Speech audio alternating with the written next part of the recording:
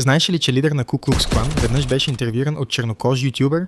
Никола Милана е известен ютубър от Великобритания. Той е и един от членовете на Бета Склад. Съдържанието му е най-вече комедийно, но понякога преминава опасни граници. Един ден Нико има идея, която звучи напълно луда. Той решава да посети един от най-расистските градове в Америка. Градът се казва Харисън, Арканзас. Като чернокож мъж това е изключително рискована идея. Но в името на съдържанието той се качва в кола с оператора си и тръгва към града. Още при пристигането Нико забелязва нещо странно. По улиците има метални табели, някои от тях гласят White Lives Matter. Навсякъде има символи, свързани с бялото превъзходство.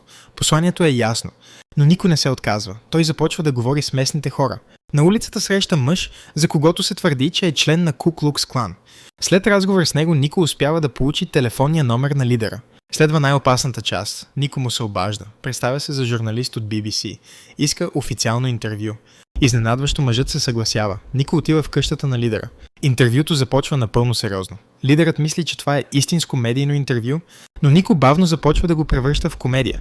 Без мъжът изобщо да осъзнае. Нико го кара да казва фрази като "обичам чернокожите хора".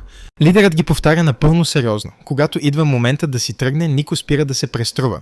Той започва да се шегува открито, право в лицето му. Видеото става едно от най-иконичните в историята на YouTube.